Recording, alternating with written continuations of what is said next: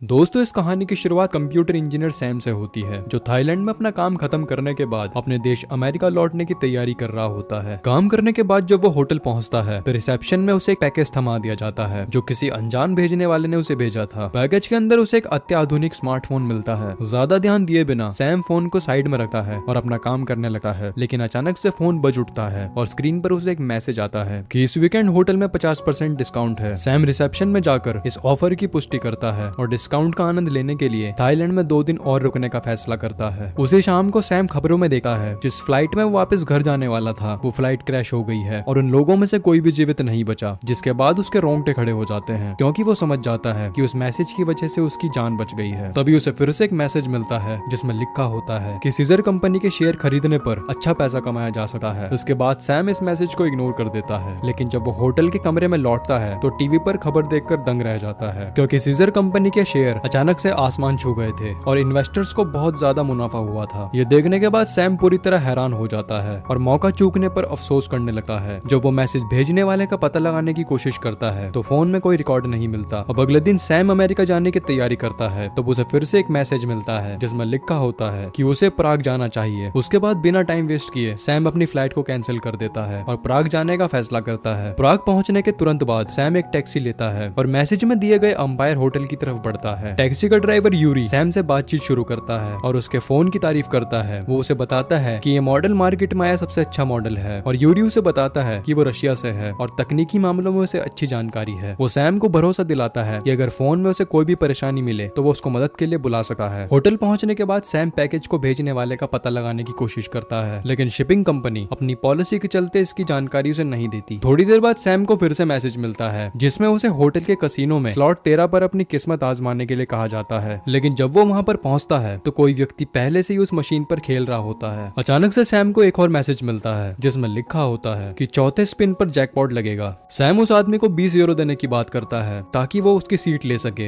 ये दावा करते हुए कि इस नंबर को लेकर उसे अंधविश्वास है, लेकिन वो आदमी सैम को मना कर देता है, आगे खेलता रहता है।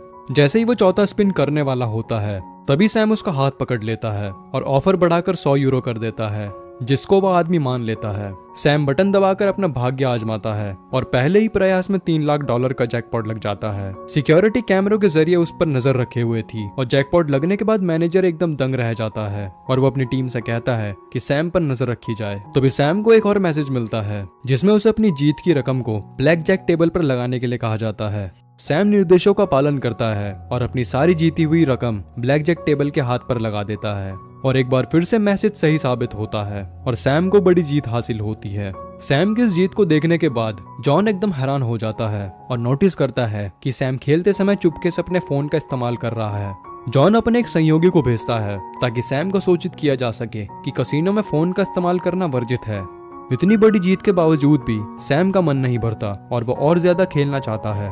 वो कसीनो से बाहर आकर यूरी को संपर्क करता है और उसे ऐसा तरीका खोजने के लिए कहता है जिससे बिना फोन को चेक किए मैसेज उस तक आ सके। यूरी मदद करने के लिए तैयार हो जाता है, लेकिन वो 500 यूरो की फीस मांगता है। सैम इस शर्त को मान लेता है क्योंकि यूरी को वहां पहुंचने में थोड़ा टाइम लगेगा, इसलिए सैम वापस जाकर खेलना शुरू कर देता है।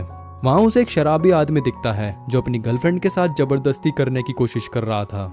सैम उसकी मदद करने के लिए आगे बढ़ता है, लेकिन वो आदमी उसे घूंसा मारकर बेहोश कर देता है। असल में ये सब एक चाल होती है। वो नकली कपल कसीनो से जुड़े होते हैं और सैम का ध्यान भटकाकर उसका सिम कार्ड क्लोन करने की कोशिश करते हैं ताकि उसके मैसेज को ट्रेस किया जा सके। जब सैम को होश आता है तो आदमी वहां से गायब हो जाता है, लेकिन वो औरत वहीं पर रह जाती है।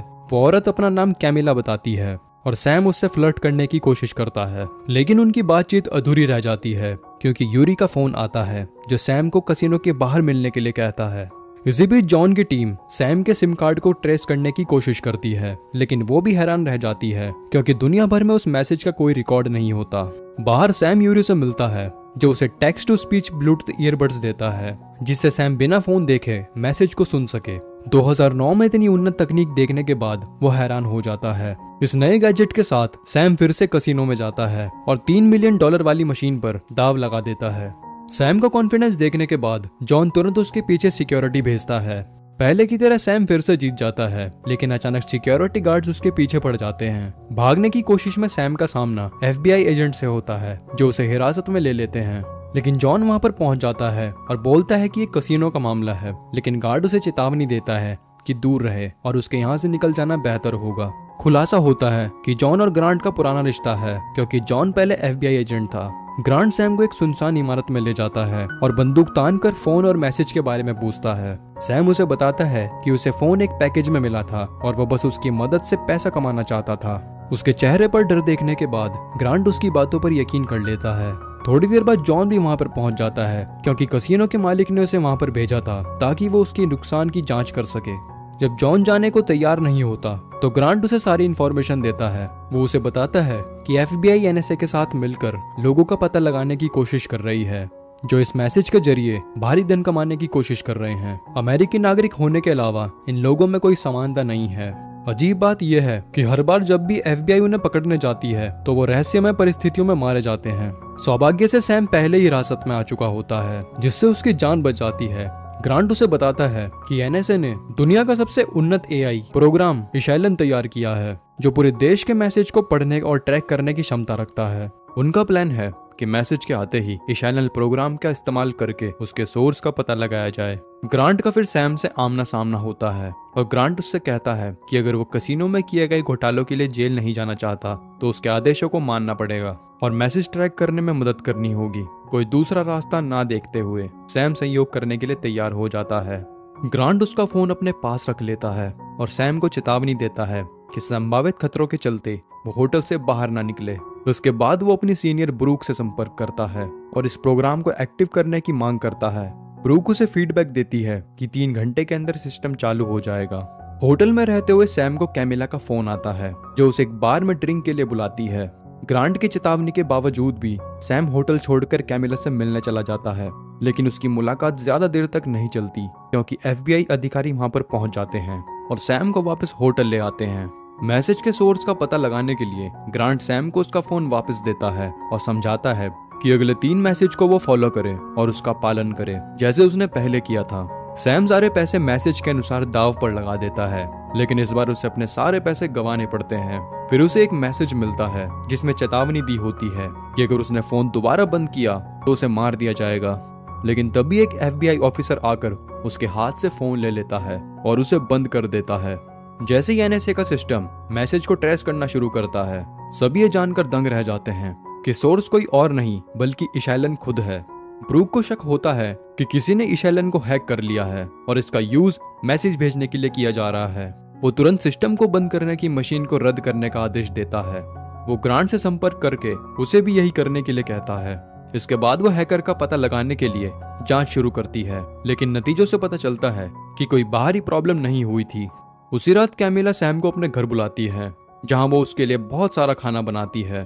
दोनों डिनर करने के बाद करीब आते हैं। अगली सुबह जॉन कसिनो के मालिक से मिलता है और उसे सूचित करता है कि NSA ने अपनी जांच बंद कर दी है, लेकिन कसिनो के मालिक जॉन को निर्देश देता है कि वो खुद से जांच करें और इस मैसेज के सोर्स का पता लगाए।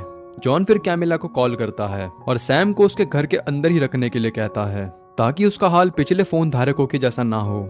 इसी बीच ग्रांट को फोन पर एक नया मैसेज मिलता है, जिसमें एक पते का जिक्र किया होता है। सैम को भेजने के बजाय ग्रांट अपने एक एजेंट के फोन के साथ उस लोकेशन पर भेजता है। जैसे ही एजेंट लोकेशन पर पहुंचता है, एक दूसरा मैसेज आता है जिसमें उसे सड़क पार करने का निर्देश दिया जाता है। दुर्भाग्यवश सड़क पार करते हुए एजेंट की जानलेवा दुर्घटना हो जाती है, जो असल में सैम के लिए नियत थी। इस घटना से हैरान ग्रांट फोन उठाता है। तभी एक मैसेज आता है जिसमें उसे सैम को सौंपने या खतरनाक परिणाम भुगतने की धमकी दी जाती है। इसी बीच सैम इशैलन प्रोग्राम की गहरी रिसर्च करता है और पता लगाता है कि NSA न केवल हर एक नागरिक के मैसेज को एक्सेस कर सकता है, बल्कि पूरे देश के सर्विलेंस कैमरे को भी टेप कर सकता है। वो ये जानकारी कैमिला के साथ साझा करता है, जो अचानक सड़क के दूसरी पार एक रॉफ टूब पर स्नाइपर को देख लेती है। तेजी से एक्शन लेते हुए वो सैम को धक्का देकर गोली से बचा लेती है। वो देखती है कि 2 आदमी सीढ़ियों से ऊपर आ रहे होते हैं, जिनका इरादा उन्हें खत्म करना होता है। कैमिला सैम को एक कमरे में बंद कर देती है ताकि वो सुरक्षित रहे और खुद बंदूक ढूंढने की कोशिश करती है, लेकिन स्नाइपर उसके हाथ पर गोली मार देता है और चोट के बावजूद भी कैमिला लोहे की रोड से दरवाजे के जरिए एक हमलावर को रोकने में कामयाब हो जाती है। लेकिन दूसरा हमलावर अंदर घुस जाता है और दोनों के बीच जमकर मारामारी होती है। जैसे ही हालात बिगड़ने वाले होते हैं, सैम कमरे से बाहर आता है दोनों एक साथ मिलकर हमलावर को हराते हैं और लास्ट में उसे मार देते हैं।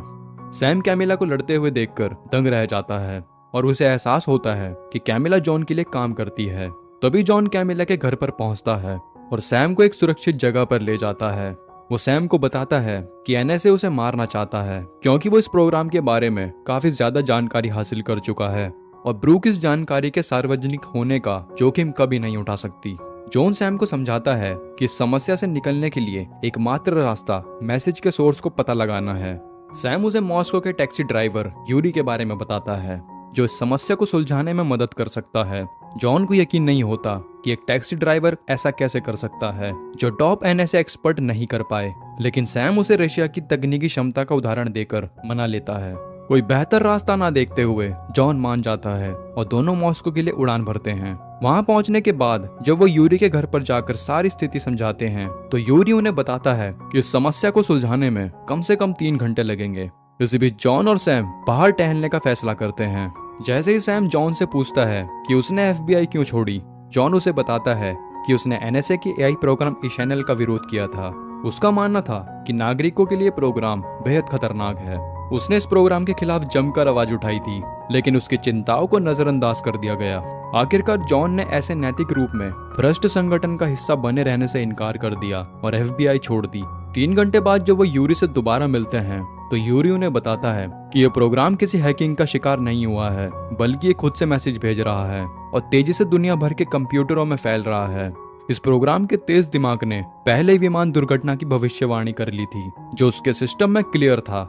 साथ ही इसने सीजर कंपनी के शेयर में उछाल की भविष्यवाणी भी करी थी क्योंकि ये कंपनी के बोर्ड मेंबर्स की पर्सनल संदेशों तक पहुंच गया था। इसके अलावा ये प्रोग्राम कसिनो मशीन तक भी फैल गया था जिसकी वजह से सैम कई बार जीता। हालांकि अभी तक ये स्पष्ट नहीं हो पाया है कि ये प्रोग्राम ये सब क्यों कर रहा है। तभी एफबीआई एजेंट वहां पर पहुंच जाते हैं, जिससे बचने के लिए सैम और जॉन एक वैन चुराकर भागने की कोशिश करते हैं। एफबीआई तुरंत उनका पीछा करती है, लेकिन जॉन गलती से रेल की पटरी पर चला जाता है जहां सामने से ट्रेन आ रही होती है और पीछे कोई रास्ता नहीं बचता। आखिरी रास्ते के रूप में जॉन अपनी बंदूक का इस्तेमाल करता है और एफबीआई एजेंट की कार को हवा में उछाल देता है। वो ग्रांट पर बंदूक तानता है, लेकिन ग्रांट जल्दी से स्थिति को स्पष्ट करता है कि एफबीआई उसका नुकसान नहीं करना चाहती। असल में वो फोन सैम के पास वापस सौंपना चाहता है क्योंकि चैनल सिर्फ उसी से संवाद करना चाहता है। ग्रांट आगे बताता है कि एनएसए को लगता है कि चैनल खुद से मैसेज भेज रहा है जो यूरी की बातों से मेल खाता है। वो बताता है कि उसने इस प्रोग्राम की खतरनाक क्षमताओं को पहचान लिया है और वो इसे बंद करना चाहता है। अचानक फोन पर एक मैसेज आता है जिसमें एक एड्रेस दिया होता है जो वही जगह निकलती है जहां सैम पहले सिक्योरिटी इंजीनियर के रूप में काम करता था। वहां पहुंचने के बाद उन्हें एक सील किया हुआ बंकर नुमा ढांचा मिलता है जिसमें ढेर सारे सर्वर और एक हाई एंड कंप्यूटर सिस्टम होता है जिसे सैम ने इंस्टॉल किया था। फोन पर एक और मैसेज आता है जिसमें सैम को सर्वर को ऑथराइज करने के लिए कहा जाता है ताकि बाहरी डेटा फ्लो हो सके। सैम निर्देशों का पालन करता है, लेकिन अचानक से स्क्रीन ब्लैंक हो जाती है। एनएसए के कंप्यूटर एक्सपर्ट भी इसे ऑन करने में नाकाम रहते हैं। हताश होकर सभी बंकर से बाहर निकलते हैं। एक एफबीआई ऑफिसर उन्हें बताता है कि इस फैसिलिटी के मालिक को चैनल अपना शिकार बना चुका है और अब तक ये जगह खाली पड़ी है। ग्रांट समझ जाता है कि शैलन को इन सर्वर की जरूरत थी, तभी उसने मालिक को खत्म कर दिया। ये सैम को मैसेज इसलिए भेज रहा था क्योंकि वही सर्वर को ऑथराइज कर सकता था। ग्रांट बाकी एफबीआई एजेंट्स को वापस जाने का निर्देश देता है, जबकि सैम और जॉन दोनों बंकर के अंदर दाखिल होते हैं। सैम को झटका लगता है जब वो देखता है कि ये प्रोग्राम एनएसए के सर्वर से ट्रांसफर होकर अब लोकल सिस्टम में आ चुका है। एनएसए के हेडक्वार्टर्स में ब्रूक इस बात से गुस्सा था कि उनका अरबों डॉलर का प्रोग्राम ऐसे कैसे भाग सकता है। इसी बीच सैम को समझ में आता है कि शैलन खुद को अपने अंतिम रूप में अपग्रेड कर रहा है ताकि वो दुनिया भर के सभी डिवाइसों में फैलकर मिनी सर्वर की तरह काम कर सके और अमर हो जाए। उन्होंने ये भी निष्कर्ष निकाला कि एनएसए ने इसके अपग्रेड को रोक रखा था, इसी वजह से शैलन ने उनके सर्वर छोड़ दिए।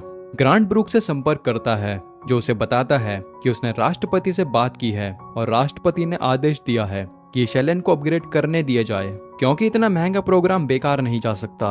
ब्रूक ये भी जोड़ता है कि प्रोग्राम अमेरिका के हितों की रक्षा के लिए बनाया गया है और उसे इंडिपेंडेंट रूप से काम करने देना चाहिए। हालांकि ग्रांट इससे असहमत होता है और कहता है कि वो शैलन को बंद करके ही रहेगा। इसी बीच जब वो इस प्रोग्राम को बंद करने का तरीका ढूंढ रहे होते हैं, फोन पर एक मैसेज आता है। उस मैसेज में लिखा होता है डोंट ट्राई इट। उसके बाद स्क्रीन पर दिखता है कि शैलन ने पूरे देश की संपत्ति को बंधक बना लिया है और अगर किसी ने इसके बीच में दखल दिया तो वो सब मिटा देगा। सैम एक अलग तरीका अपनाने का फैसला करता है।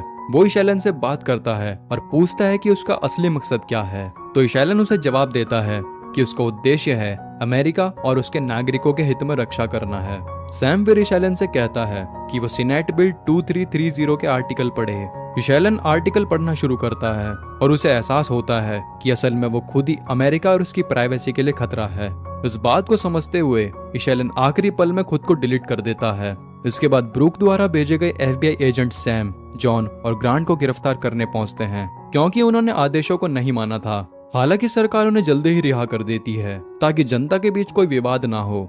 जॉन और ग्रांट को दोबारा FBI में शामिल होने का निमंत्रण मिलता है। कैमिला सैम के पास आती है और उसे कसिनो के मालिक द्वारा भेजा गया $3 लाख का चेक सौंपती है जो शैलन को बंद करने और भविष्य को नुकसान से बचाने के लिए सैम को दिया जाता है। मॉस्को में खुलासा होता है कि यूरी कोई टैक्सी ड्राइवर नहीं बल्कि रूसी सरकार का अधिकारी होता है। वो अपने सीनियर को रिपोर्ट करता है कि उसका मिशन सक्सेसफुल हो गया है और प्रोग्राम इशैलन डिलीट हो चुका है। दरअसल रशिया की सरकार लंबे समय से इशैलन की ताकत और उसके राष्ट्रीय सुरक्षा पर खतरे के बारे में जानती थी। इसके जवाब में उन्होंने पूरे मिशन को बारीकी से अंजाम दिया ताकि उस प्रोग्राम को खत्म किया जा सके। तो दोस्तों, अगर आपको ये वीडियो पसंद आया हो तो इस वीडियो को लाइक करें